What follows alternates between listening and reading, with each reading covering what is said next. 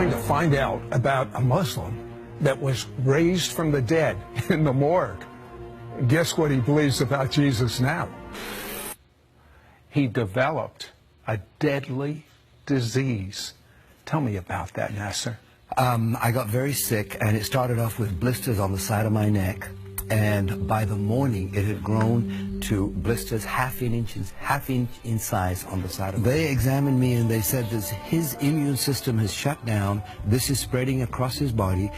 We can't do anything about the hypothermia because the brain had cooked itself, and they said I would probably be dead by the morning. You hear this horrible report. Yes. You're a Muslim. Yes. Did you prepare? What does a Muslim think when he gets a death sentence? Like, Allah is not a healer.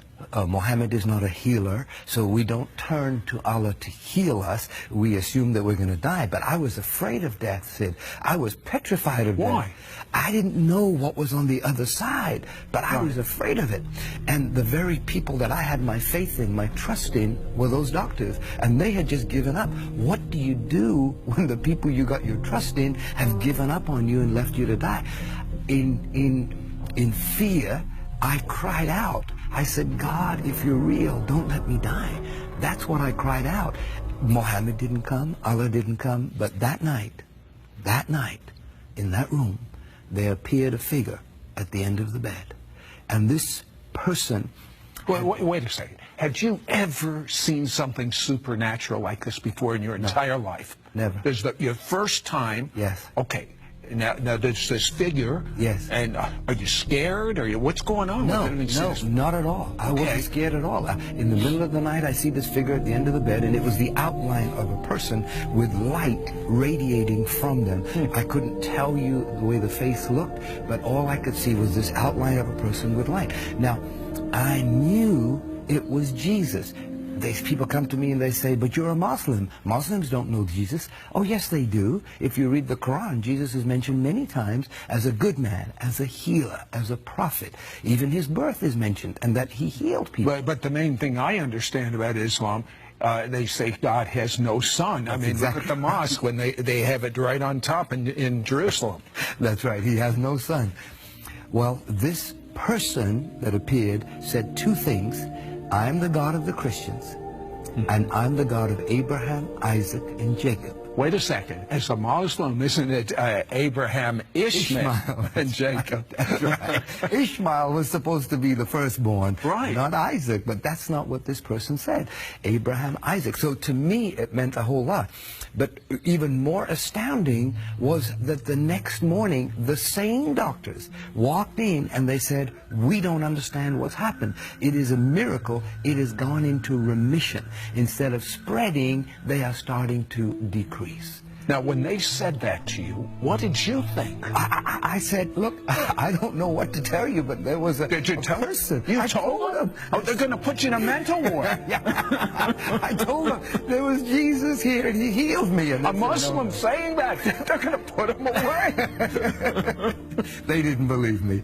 And that became a test case in the city of Toronto. Why is this man alive? In fact, they said it's gone into remission so much, you can go home now. And I said, no, I don't want to go home. That was my security. That little room was my security. You wanted that man to come back? Yes, absolutely. This doesn't make any sense. Is this Jesus that appeared in my room, is he a prophet, the way the Muslims had taught me all my life? Or is he the Son of God? What did you do about that? I had that burning question. Is Jesus really the Son of God?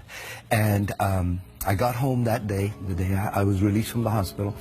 The next morning I wake up at 6 o'clock. I don't know why I woke up at 6, turned on the television. There were two men just like here talking about that very question. And on the screen it says, is Jesus the Son of God? My goodness. Coincidence? I don't think so. That was the very question that was in my heart. And they're talking back and forth.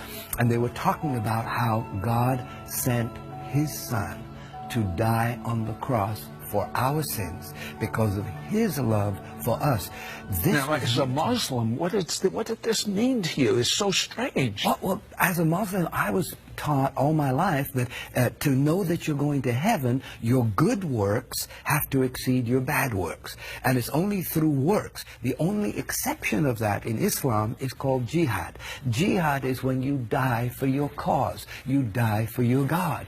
And here I'm hearing these two men talk about not dying for your God, but your God dying for you. I'd never experienced that kind of love in my life.